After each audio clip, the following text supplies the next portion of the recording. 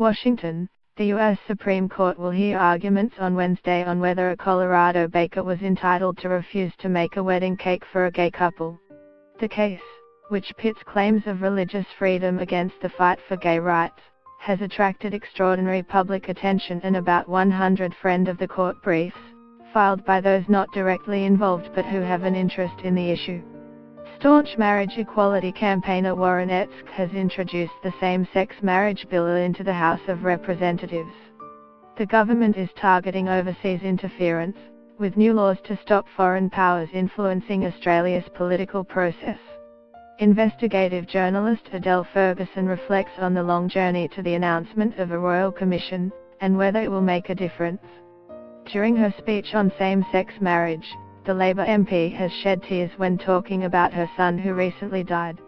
Assistant Commissioner Stephen Lee says at least 5 police officers were injured in a clash outside an event for alt-right commentator Milo Yiannopoulos on Monday night in Melbourne.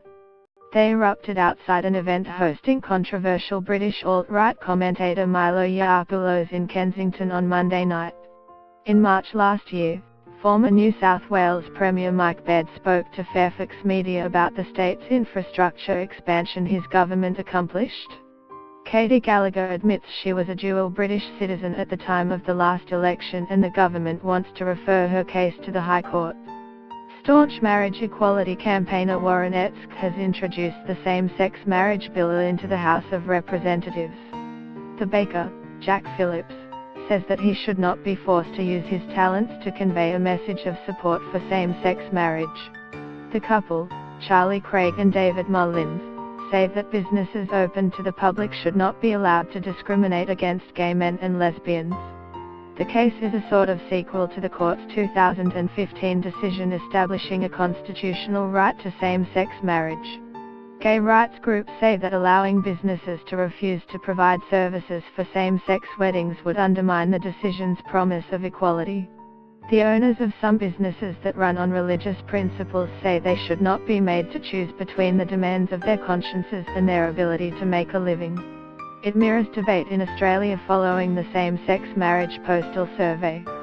Liberal MP James Paterson proposed and then withdrew a bill that would have protected private citizens, like florists and bakers, from added discrimination action if they refused to sell goods for weddings on religious grounds. Around the US, businesses like bakeries, flower shops and photography studios have argued, so far with very little success, that forcing them to serve gay couples seeking to celebrate their unions violates the constitutional right to free speech. Get the latest news and updates emailed straight to your inbox. By submitting your email you are agreeing to Fairfax Media's terms and conditions and privacy policy. The Colorado case arose from a brief encounter in 2012, when Mullins and Craig visited Phillips Bakery, Masterpiece Cake Shop, in Lakewood, Colorado.